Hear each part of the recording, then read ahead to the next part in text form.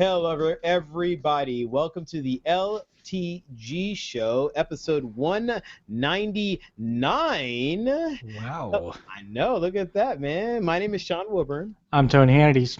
and we're here to talk about technologies, new technology, other technology, and just cool technology of the week. We are part of the website LazyTechGuys.com. If you would like to come to our website, what you would do is you go to the URL at the top of your browser, you type in www.lazytechguys.com. And when you do, you're going to come to this awesome website. There's a little bit of blue in there. There's some microphones shown on the cover and quite a few other things, but video game and more reviews and more hard drives, audio speakers, and quite a bit of other stuff. So LazyTechGuys.com. If you'd like to email us, comments at LazyTechGuys.com or give us a call at area code 707-722-5299. We love getting messages from you guys already and keep on sending them our way. We love hearing from it all and that kind of good stuff. So, Tony, how are you doing today? Good. Very good. We got a lot to talk about. And Yeah. I'm very excited to hear your thoughts and opinions and analysis on the news ahead. No, we're going to hang out and talk the whole time. We're just going to briefly bring up a topic and then not really talk about it, okay? Oh, that's good, too. We'll do that. Anyway, so if you want to yell at us or maybe if you have a question for us, the Q&A is open because this is a live Google broadcast. So if you are watching this on Google Hangouts and checking it out, you've been watching all this stuff, or you happen to be up around 11 o'clock on a Tuesday night, at a Pacific Standard Time, go ahead and join us. We'd love to have you guys participate with many other folks who do. All right, now, Tony. Yes. We're almost to 200. Almost to 200. We should do something special for our 200th episode. Like have balloons. You know what else?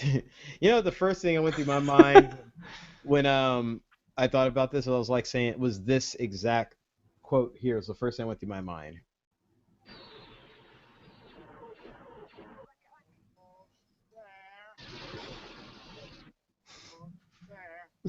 Just because, why not?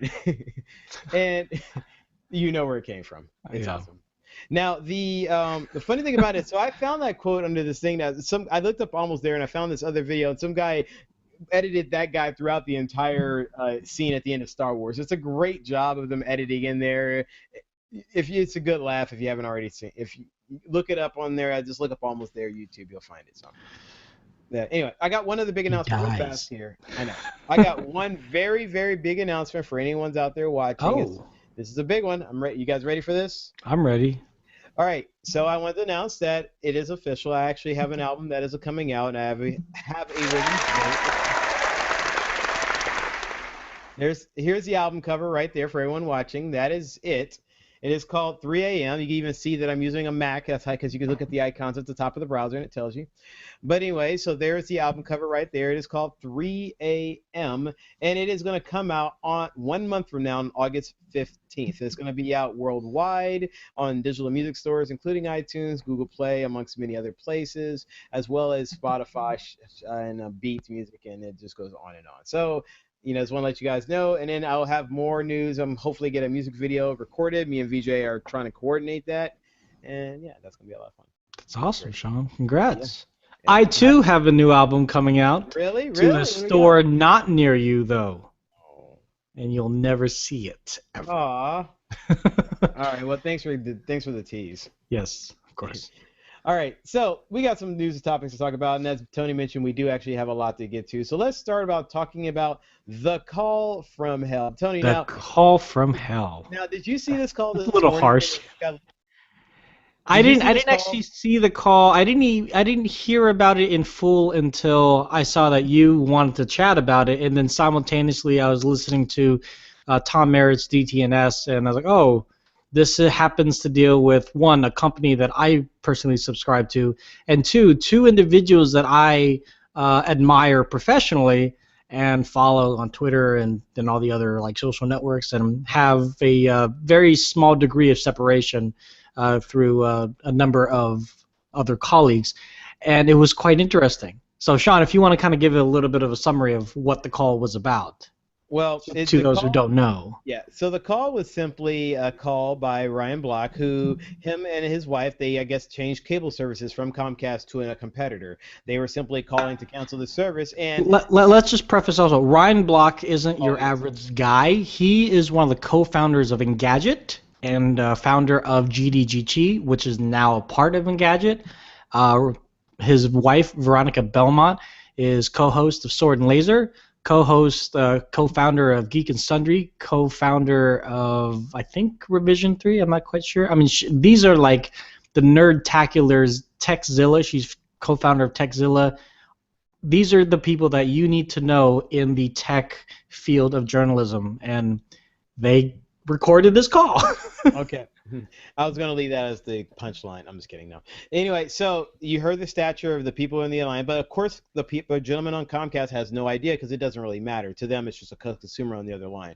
Anyway, they were going to one service, and they were simply calling to cancel their service, and the person had a very overzealous way of trying not to prevent them from canceling the call. Now, I'm not going to, out of respect for them, I'm not going to play the call, but let's just say there's a point where you should take no for an answer, and let's just say that you should have took no the 25th time before the guy just... Yeah, it's an 8-minute recording, and by the fourth, maybe 3 minutes and 30 seconds in, the representative should have said, you know what, I don't think I can win, keep this customer. It's basically the retention department that they were forwarded to. Mm-hmm. And he's like, by that time, you know, you got to know when your goose is cooked.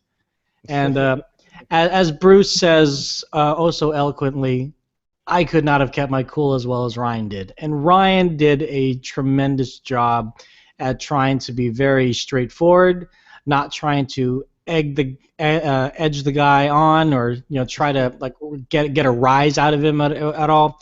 He just said, I want to cancel. You don't need to know why I want to cancel. That is not that you don't have to be privy to that. That's not a requirement. If you've got a form to fill out, just say I decline to give a reason. And the representative basically was like, well, you realize you're canceling the largest and the best company for internet and TV service in the United States. I loved it.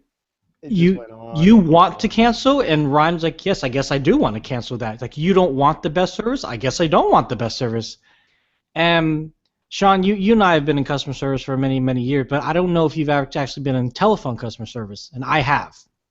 And from a personal experience, you have those kind of training manuals that you kind of go through, like, oh, you've got a code blue. This is what you should say with that individual, and how you should say it diplomatically, and possibly try to win them back. Maybe not necessarily give them a free month or anything, but remind them, hey, you joined us back in 2005 for a reason, and you stuck with us for a reason, and now all of a sudden you're leaving. What did we do? Like, I'm really just trying. I'm trying to be your friend. Yeah, I'm trying to understand. Yeah, but it didn't pan out that way. No, as you know and I know, when they say I'm done, they're done. Let it go. Yeah, the guy, honestly, there's that's pretty much what it is. And I was wondering if this is like a new employee who really doesn't know when that no is. And there's points of sales where guys and girls who just don't know when too far is, and some people just don't know how far to push it in any way. But I'll say this much. I think what kept Ryan probably as cool as he was the fact they were recording it. It sounded like Veronica was not very cool when she got the phone over to him, as the story seems to have been told. But either way, Bruce, I would have been like you. I would have been like, you know what? Either send me to your manager, or I'm going to hang up, I'm going to call up, I'm going to get somebody else, and then they're going to disconnect this, and I'm done with this conversation. And that would have been the end of it, too. So, Bruce, I'm with you on that. You know what? I'm done. Bye. Hung up on him. Yeah. Now, I do understand on their side of it too, as the representative, if they have a certain quota that they have to meet or maintain, that they don't have a number of people cancel. Lose it. It's a possibility that at this point in time, this was the it-all-be-all number that would put them in the red. That them as a representative didn't feel that they could afford to have during this month. I don't know. I really don't know. Lose it. You know what? I've worked sales, and if you get that last sale and this is it, and you try and push it at the end of the month, a lot of times that's not a good thing to do. Most of the time, it's better to just not get it, let it go, and then just deal with a customer who actually be happier and want to shop with your business rather than be pushy and ruin a customer for life and never have it. In this case, have bad news spread out from there. They were better off. They could be better off in any situation. Just to be honest, play the cards right. Even if you don't hit your quota, I mean, do the right thing because those will get you residual business, who will get you more stuff in the long run. It also came to me like this sounded like a sales training manager saying, you know what? Let me show you how it's done. Give me the phone. Give me the microphone. Put the headphones on. Says next caller, and he got Ryan Block on. Like, oh God, this is gonna be the hard. And he just realized like this is gonna be a tough sell, and just everything that he was saying was so much verbatim by the book. Like he was reading the script perfectly, almost over perfectly than even a new hire would be able to do. That's why I don't think it's a new hire. I think it's somebody higher up, a supervisor. I think I feel like they were already passed off to a supervisor because it sounds like stuff that a manager or a supervisor would say. Yeah, and I would hope any manager or supervisor in that position would know when to say no, when to quit. If otherwise, come on. Dude, no, I have been in over the phone sales and in store sales. I've seen managers do the same thing, and they just keep on going and going, and eventually they fall to the customer's whim. But they're really just trying to push those buttons to say, just tell me why. What is it? Why are you leaving this particular company? But there's a point. No. There's like the minute said, return it. No, there is a point. There is a point that you should not cross, but a lot of managers don't see that point because they need to know for a particular report. Okay. They need to be able to say that. Okay. A good manager knows that point because a good manager is a good salesman. A good salesman knows what to do. Anyway, all right. So we go to the next topic here. Microsoft. So the CEO of Microsoft, I'm sure we might have talked to him about this. How do you say his name that way so I don't butcher it because you're much better at it than I am? Satya Nadella. Thank you. He actually did a couple things. First thing is he released a huge memo late last week, and the memo was a 3,187 word memo, and I love how the tech community counted that because that's what they do. What? You just put into a Word document and at the bottom it tells you. They didn't count 1, 2, 3. The fact that they even went through that effort to do so. Anyway. It's not hard. Now, in the letter, Tony, did you get a chance to read the letter or go through it? I didn't read the whole letter. In fact, I wasn't even sent the internal letter, to be honest with you. But I read.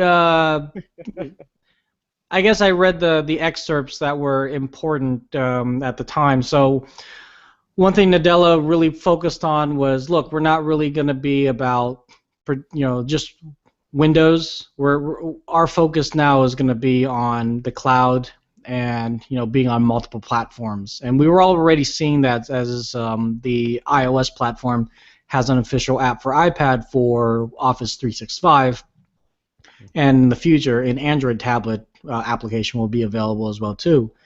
But throughout the whole memo, there were particular words that kind of sprung to mind. Something's going to happen here. It looks like there's going to be restructuring. Also, there's going to be new hiring. There are some redundancies that need to be taken care of, and all of these words, unfortunately, have to deal with firing. And but the fact of the matter is, we already knew that was going to happen, especially after the acquisition of Nokia. At the moment we're looking at about 5,800 jobs being cut. What is this? Yeah, and so it's a lot. It's an unfortunate thing, but there are definitely a lot of people that have the same positions. And you know what? This is a new phase for Microsoft, and I think from my standpoint, we're already starting to see the new direction that Microsoft is going into, and it's a possibility that these individuals that are going to be let go somewhat have the old world mindset of how Microsoft is more of the salesy numbers, just get everyone to get Windows, screw iOS and Android. And the new Microsoft's like, no, let's try to embrace that. But I don't know. What do you think, Sean? I just know that when they brought in Nokia, I was wondering what were they going to do with all those employees, and with the talk about the mobile first and cloud first focus, the kind of shifting away from the devices, which seems like what in the letter one of the things that he's hinting at. You could almost see it coming. I'm not surprised. I kind of thought that this was going to happen even before because this kind of happens in a lot of the different acquisitions, and Yeah. I mean, sucks it's all the time, every single time. it sucks. Yeah, it really does suck. I mean, we were like when we heard about the Nokia acquisition initially, we're like, oh great, this is going to be good for obviously for Nokia. It's going to be great for Microsoft. But then the underlining question is, which of these, who's of the same position is going to stay? Is it going to be somebody that is already with Microsoft, or is it somebody that has a better outside mentality coming from Nokia? Who is it? So I guess we'll see, because we don't really have any definitive answer as to like which executives are leaving or which low-level managers are leaving, but we'll find out in the weeks to come. So I want to add a little bit more with a link that I did not add in because I actually just remembered this conversation. Now, a lot of people who are very concerned with this were these people out there, they're called gamers, because they're worried about what Xbox's role in this is. And that actually kind of goes up in the air a little bit also. So the quote within the letter of that huge document it talks about how they were fortunate enough to have the Xbox brand and how they will continue to vigorously innovate and delight gamers with Xbox. Now, as we know, the Xbox brand has been added to Windows 8 under Xbox Music, Xbox Video, and Xbox other Xbox things. So I know you probably know them off the top of your head, but there's a couple of those in there. But they definitely talked a lot about mobile-centric and cloud-based, and I think there's some people who are worried that the Xbox is going to they're going to use that branding to push more toward the mobile market, which of course is good for the Xbox brand. Who knows what is to say, because there was a slight hint of moving away from hardware. I don't think they're going to move away from Xbox entirely, but that's also a little bit up in the air. So I'm hoping that they keep on doing with the hardcore games the way they're doing it, because that is a good money-making market of just people who just spend a lot. I thought in the letter they said that they were doing nothing with Xbox, like they were going to keep it. That's what they said, but then they also said Xbox, but then Xbox is a brand. They're not saying about the hardware in general. Xbox is, that's Xbox Music, Xbox this, Xbox that. It's like a way of, like a youth entertainment company is what Xbox is now. So for them to say, hey, we're expanding Xbox, doesn't actually mean they're expanding hardware game. It could be using the Xbox branding for gaming. Maybe they're going to try to develop a better gaming social network for the phones and the mobile. Well, they referenced the Kinect. Mm-hmm. So that's Xbox. It is, but there are some people who are worried about that big time. And they're worried about them saying, hey, we're going with a mobile and all that. Who knows? Yeah, I don't think Microsoft would cut out Xbox right now. Although it's not a cash cow per se, it's still kind of falling behind Sony and the PlayStation 4. It still has it definitely has a lot of merit. It has a lot of merit, but at the same time, it's people, like I say, people are concerned with it because you have a new boss. And as you know, when a new boss steps in, everyone always worries about what's going to happen. And technically, and with all the talk before with them saying, hey, yes, nice, Andrew, thanks a lot. Anyway, so I just see that. Yes, either way, you kind of get what I'm saying. We don't know. It's hard to say, but it's just a question of where we're going to head with that. And it could still go anywhere. They could be branding it more to a mobile platform, and for people, don't trip over that. Just relax. Anyway, and so, okay, the next little news bit that we have here is about the Ford CEO, Alan. Oh wow, can you say this last name for me, Tony? Because please. Alan Mulally.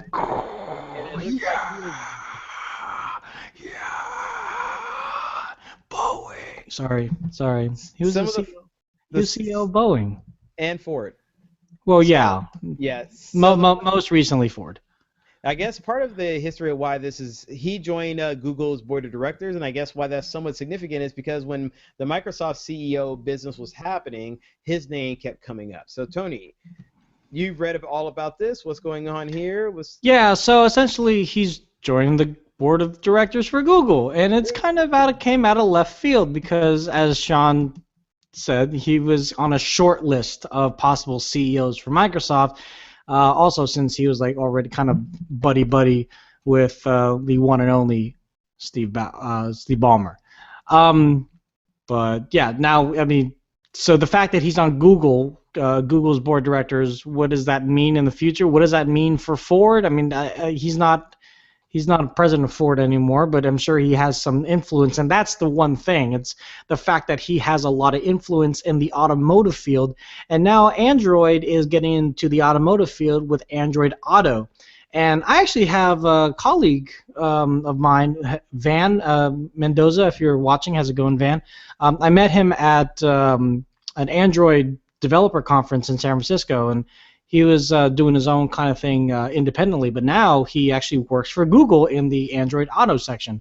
And so with Mullally on the seat of the board of directors, he would definitely have a much more insight, which is what Google needs, much more insight into the automotive industry, seeing as the automotive industry is extremely cutthroat. You think mobile's cutthroat, auto is cutthroat. So it's going to be interesting to have him there and see what he has to say.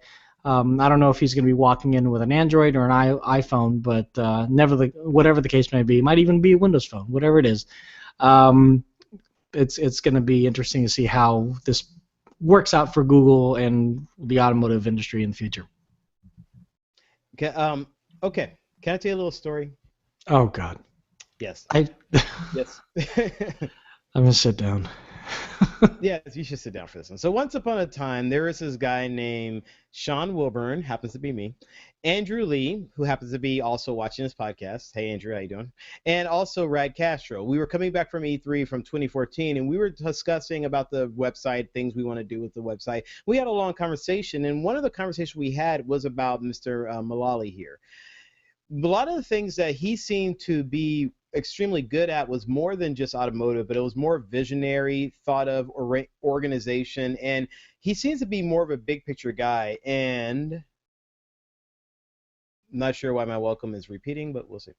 But it's not a big picture guy. So I just want to say that he seems to be more than just an automotive guy. He seems to have a lot more about business and what to do up here. And I know Rad, if he was here, he would quickly and diligently go in full detail about what he has done successfully, a lot of. But just want to let you know, he's definitely more than just an automotive specialist. He is supposedly a business mastermind and that sort. So just wanted to throw that out there and say how respected he is. Plus, he worked at Boeing. Seriously, that's some serious stuff.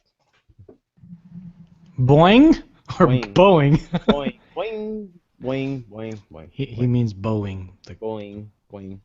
Doesn't matter. The airplane company. The E could be silent. Doesn't matter. Oh God. I'm taking a break. Let's take a break. Let's take a break, everyone.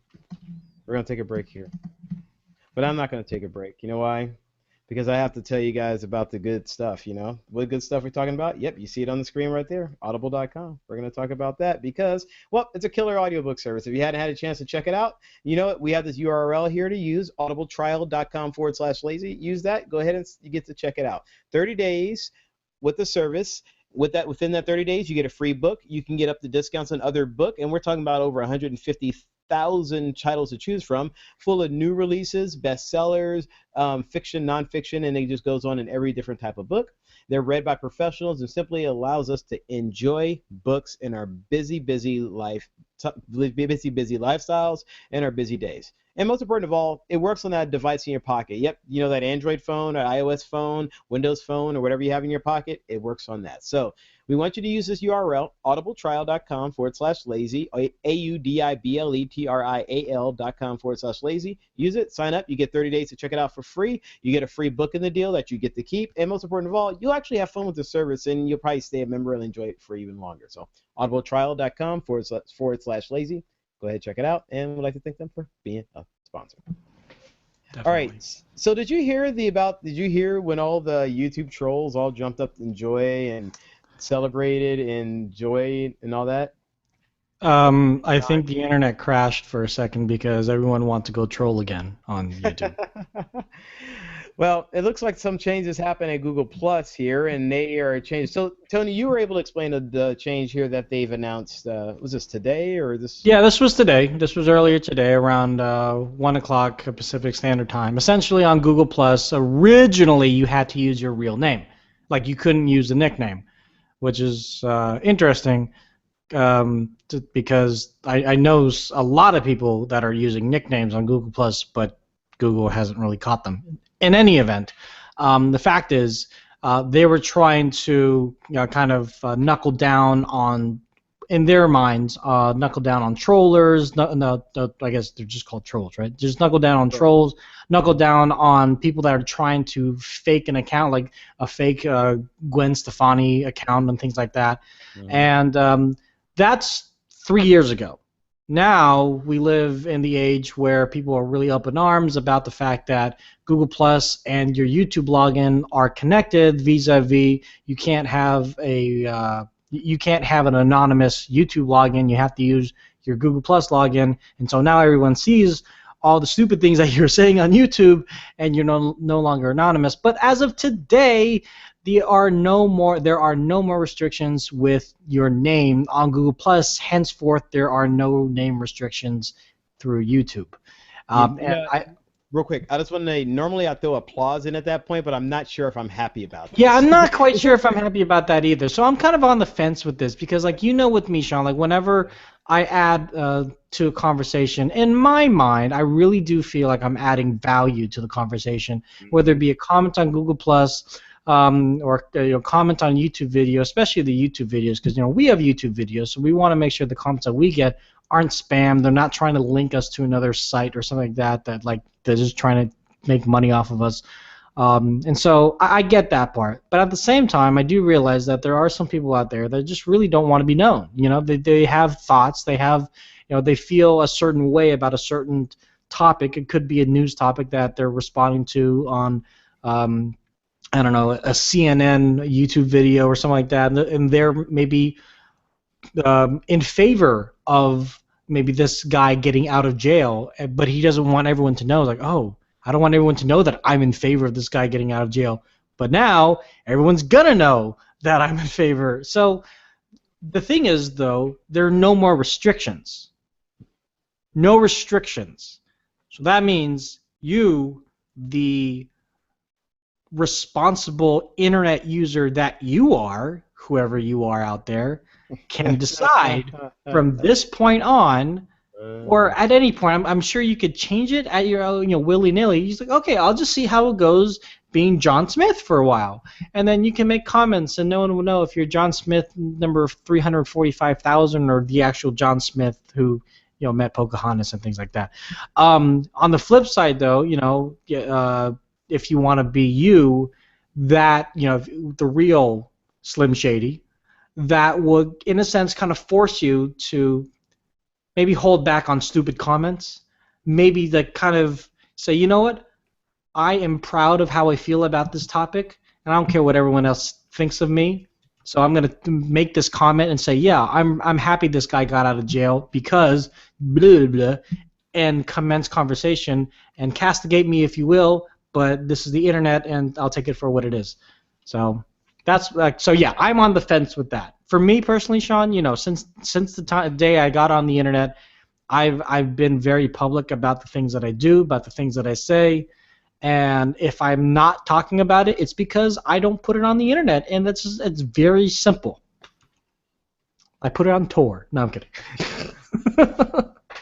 I was just like, you go, Tony. All right, so now that Tony has said his piece, we're going to go ahead and talk about the next topic, which is IBM and Apple finding. Oh, dude, I forgot to load up the sample. Yep, this is definitely my fault on this one here, as I try to stall for time, and there's no way I'm going to make it in time. So, Tony, there's something here that you want to say, as I'm still trying to stall for time and find it. Oh my God, this is something that Steve Jobs is just turning I found it. in his grave. No, he's not. The world is better off this way. Yeah. No, don't get me wrong. I'm totally pro this. I think this is great, but Steve Jobs and IBM are not like best of friends whatsoever. Now that he's rolling over in his grave, he's just like, now that Jobs is gone, maybe we can finally patch up that relationship with IBM. With IBM, yeah. And then they're everywhere. Then you see another Apple employee in the back who's like, we're not supposed to talk about that. And other guys in the back say, no, we cannot use those letters around here. No words with an I, a B, or M in it at any times. It's like in Harry Potter, the he who should not be named or whatever. Voldemort. Anyway. I said it. What are you gonna do? Anyway, so yeah, IBM and Apple are partnering up. Yeah. Yeah, this is crazy. So what is that? What are they partnering up for? Well, they're gonna do. They're gonna hang out, have coffee. Yeah, they're gonna do a three-legged race. Dude, I heard those are a lot of fun. Actually. They are actually. You and Derek should do one. No, essentially, what's gonna happen is IBM and Apple they've decided to, in a sense, attack the enterprise market, and they realize that in the enterprise field, a lot of those individuals want to use iOS devices, but iOS devices aren't really intrinsic to the enterprise. So what IBM is going to do, they forged the global partnership, and they are going to have about, I don't think they mentioned how many, but these are the bullet points here. There's going to be a new class of 100 industry-specific enterprise solutions, including native apps, already pre-installed on the iDevices. This includes an iPhone and an iPad. Unique IBM cloud services optimized for iOS, which includes device management, security analysis, and mobile integration. New Apple Care service, which provides support offering tailored to the needs of the enterprise, and new packaged offerings from IBM for device activations, supply, and management. So this is pretty crazy. This is basically IBM, or I guess Apple, saying, look, we're not an enterprise company. We don't have the servers to promote enterprise. We're not BlackBerry. But we know someone who has the servers, and they have 3 letters. They're called IBM. We used to be enemies. Well, now we'll be frenemies. Yeah, I'm using that term. And essentially, I don't know how the split is going in terms of how much money IBM's making versus how much money Apple's making, what the sale is when a company wants to buy these iPhones, if it's going to be at wholesale, if it's going to be more than cost, if they're going to have to pay monthly to IBM for these services. I'm sure there's some sort of additional monthly cost to IBM. That's how IBM's going to take it off the back end. I'm a little confused because I thought IBM sold servers to Lenovo, but this could be separate to that. But yeah, this is pretty cool. The IBM, Tim Cook said that within an interview to Recode, we're good at building a simple experience and building devices. The kind of deep industry expertise you would need to really transform the enterprise isn't in our DNA, but it's in IBM. So there you go. There you have it.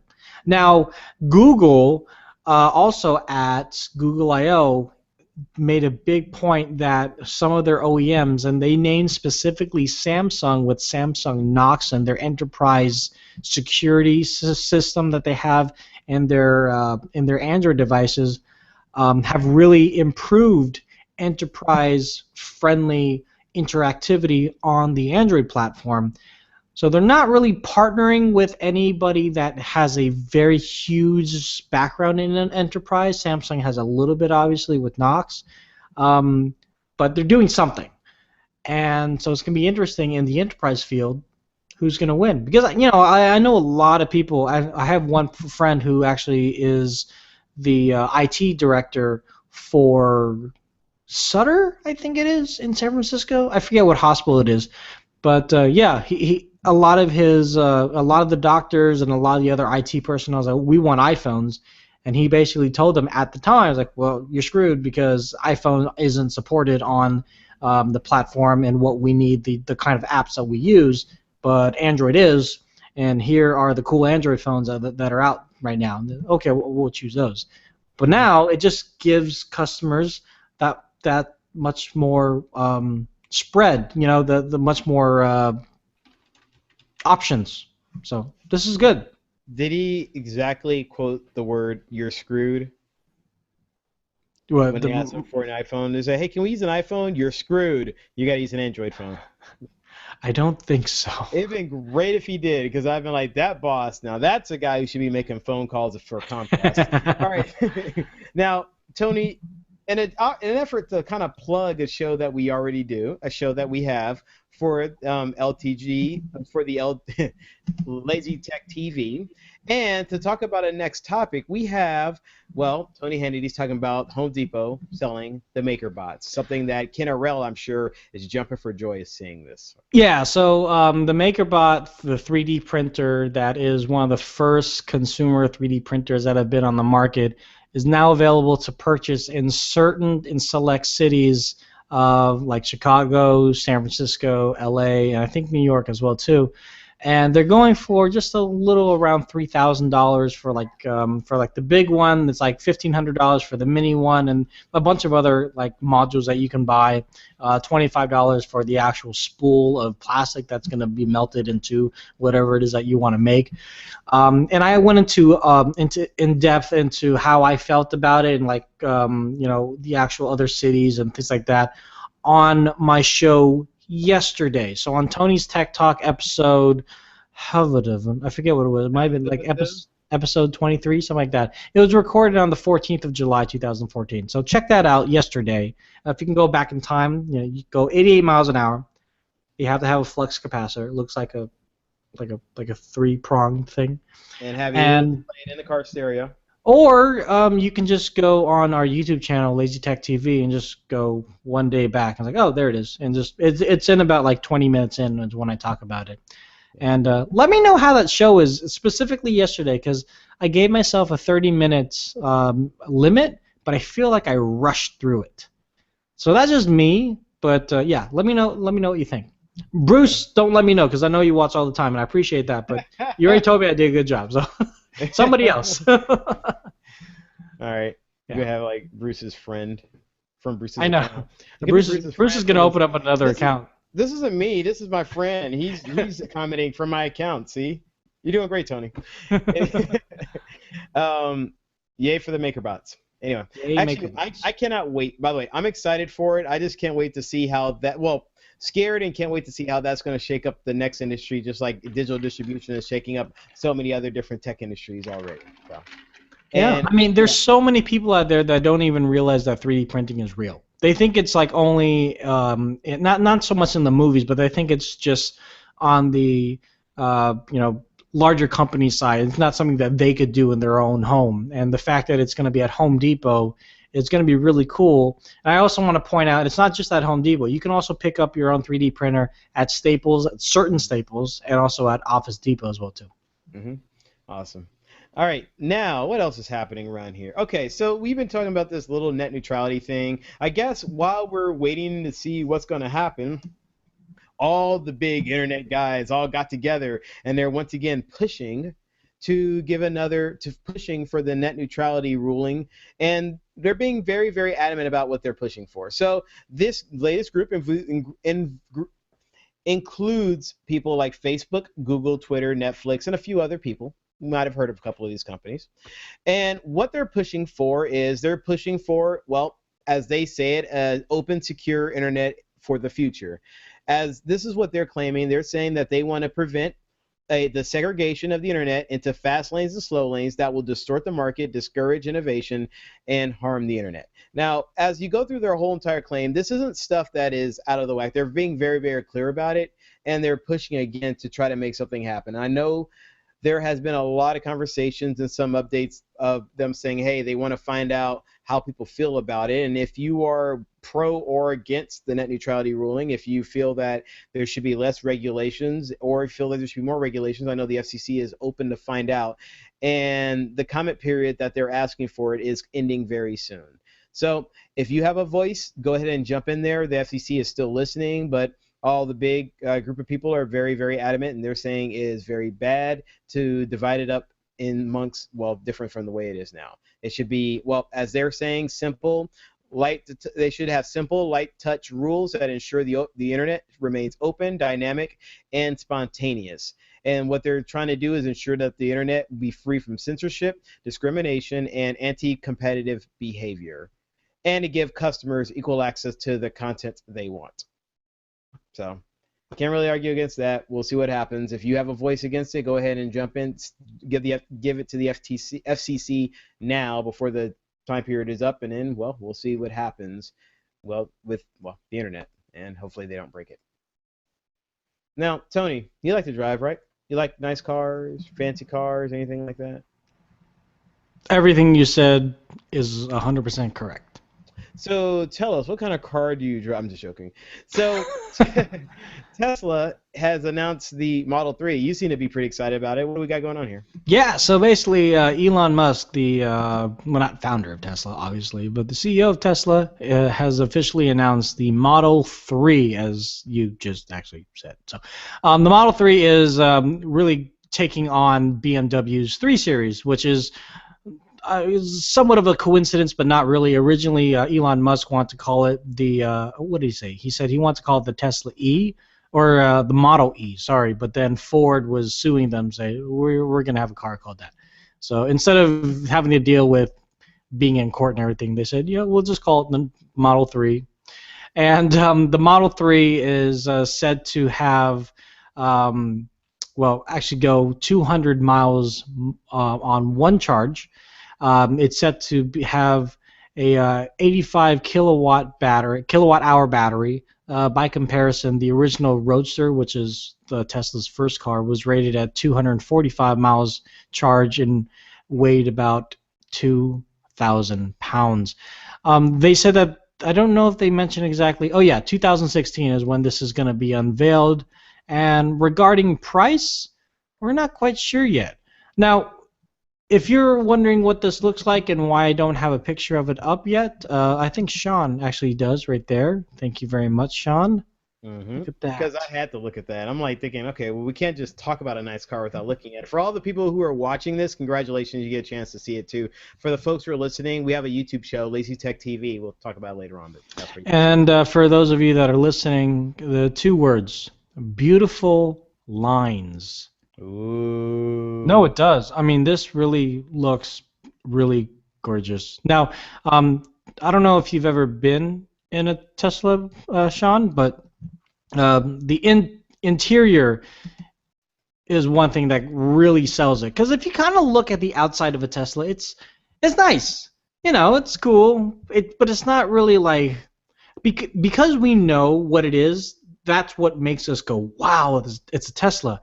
But if you didn't know what it was, like it's a car.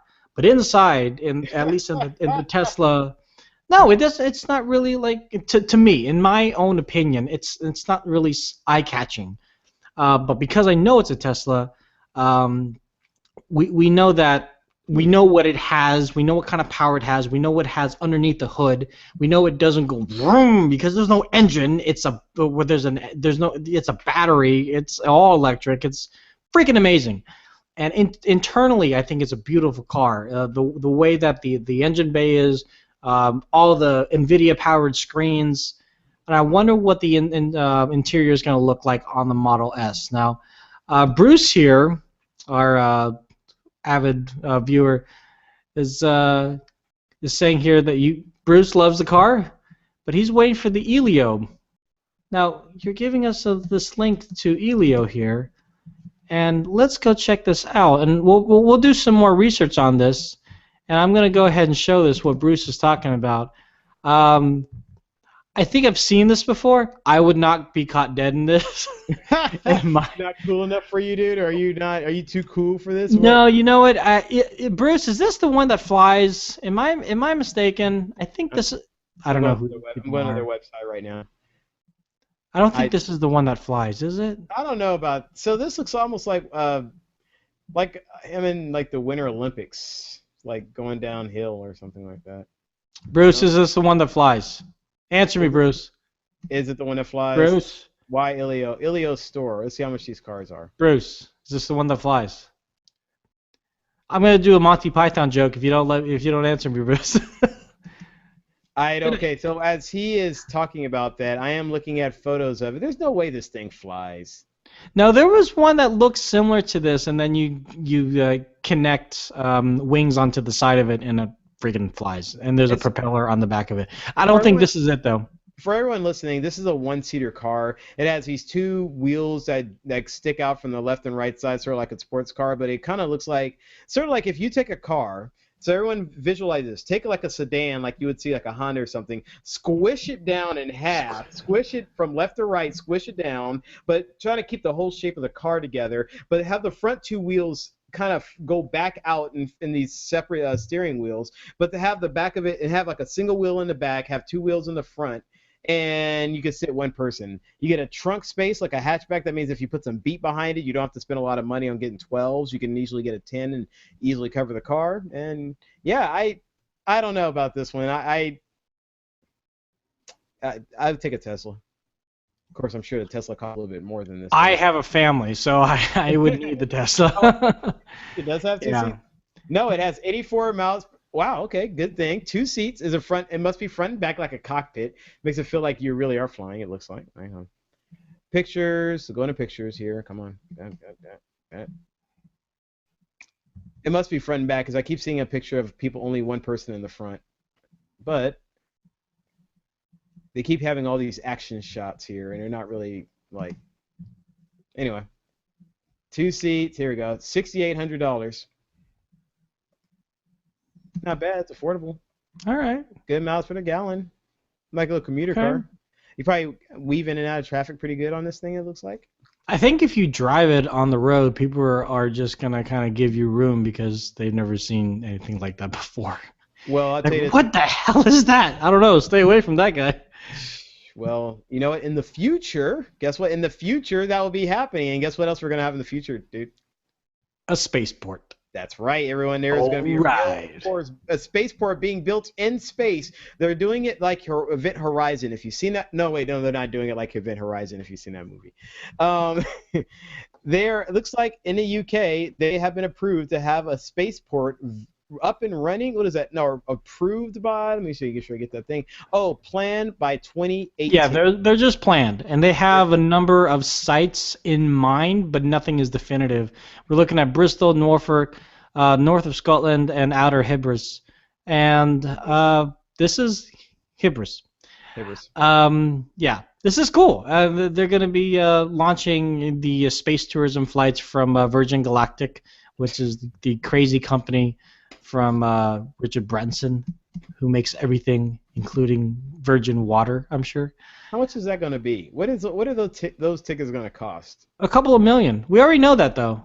Dude, that's just too. It's space flight for the rich and famous. I mean, we already know. It's like so. It's like we're talking about Teslas. When Elon Musk took hold of Tesla, he basically said, "I'm going to create an electric car for rich people. That's what I'm making." And people are like, "Why are you?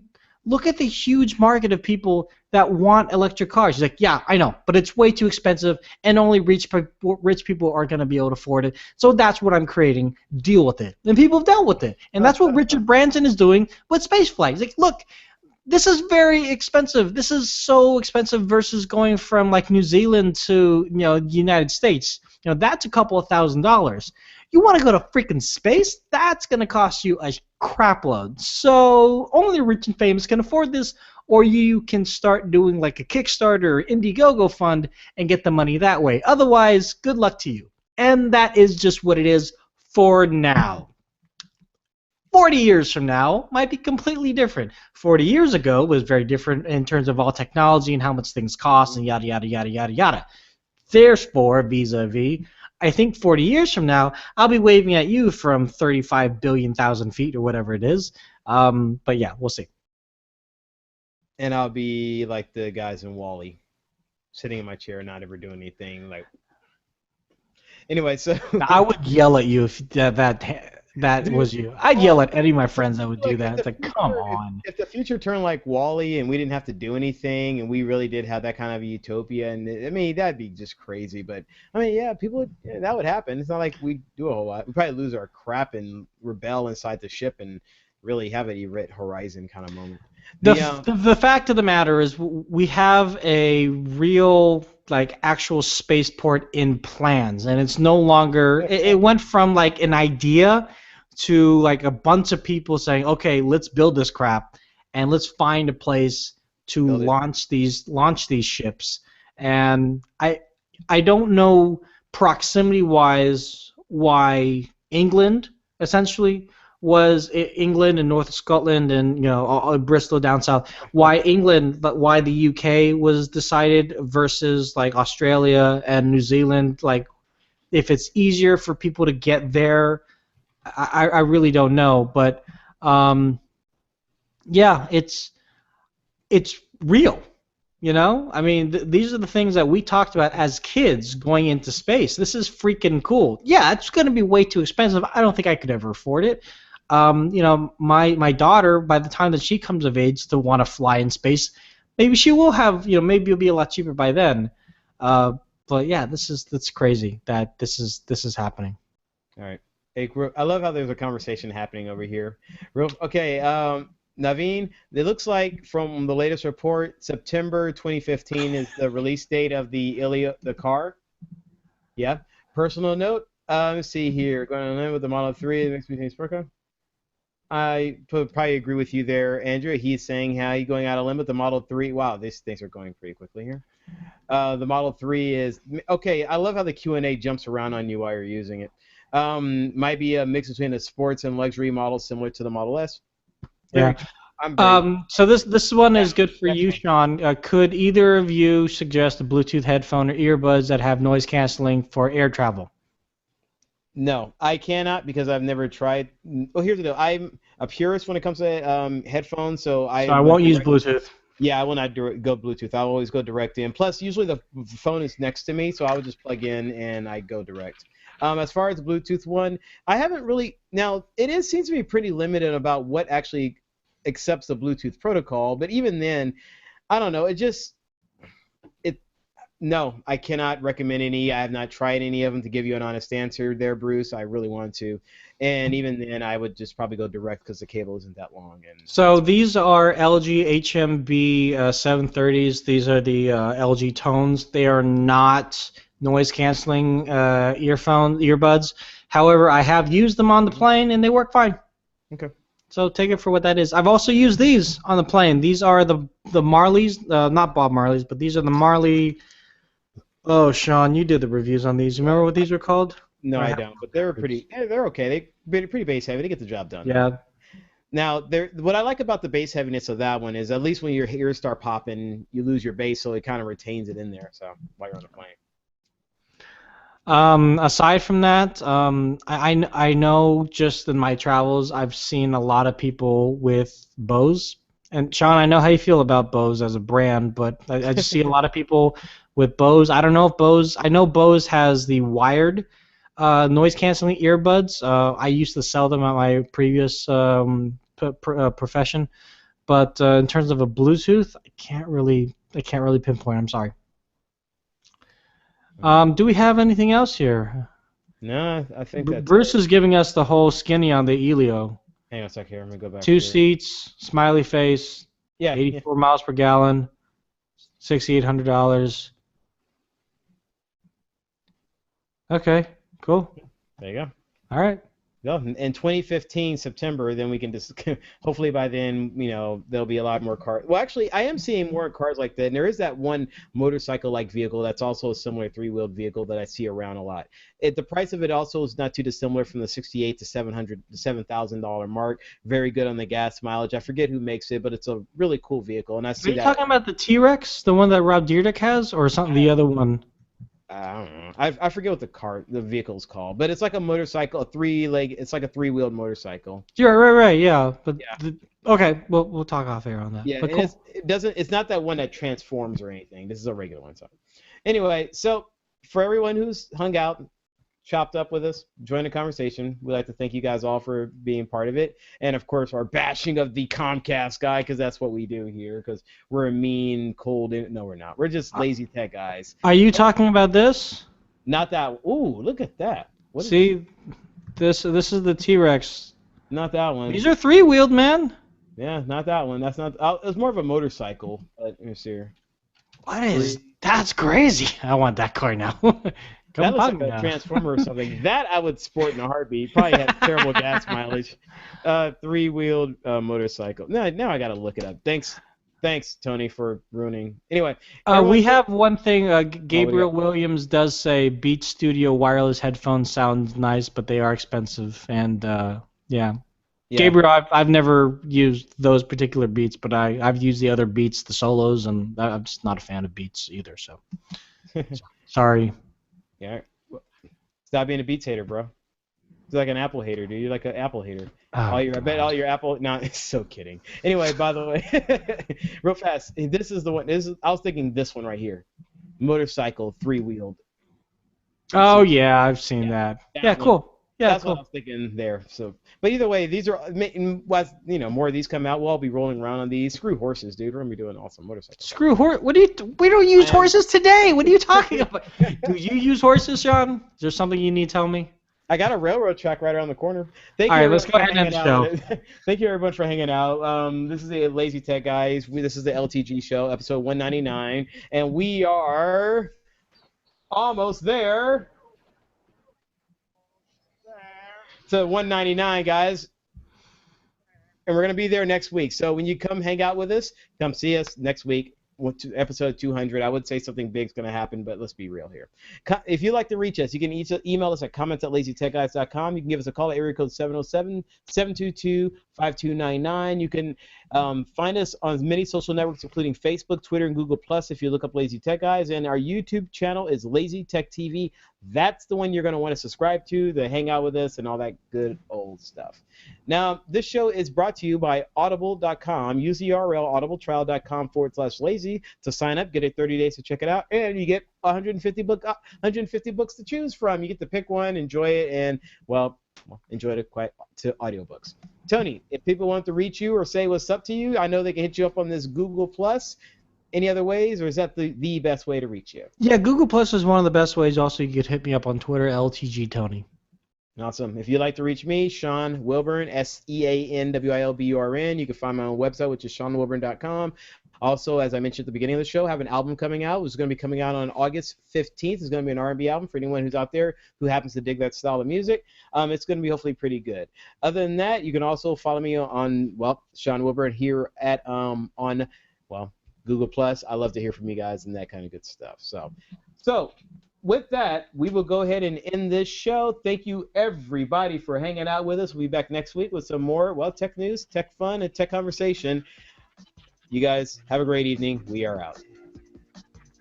Peace.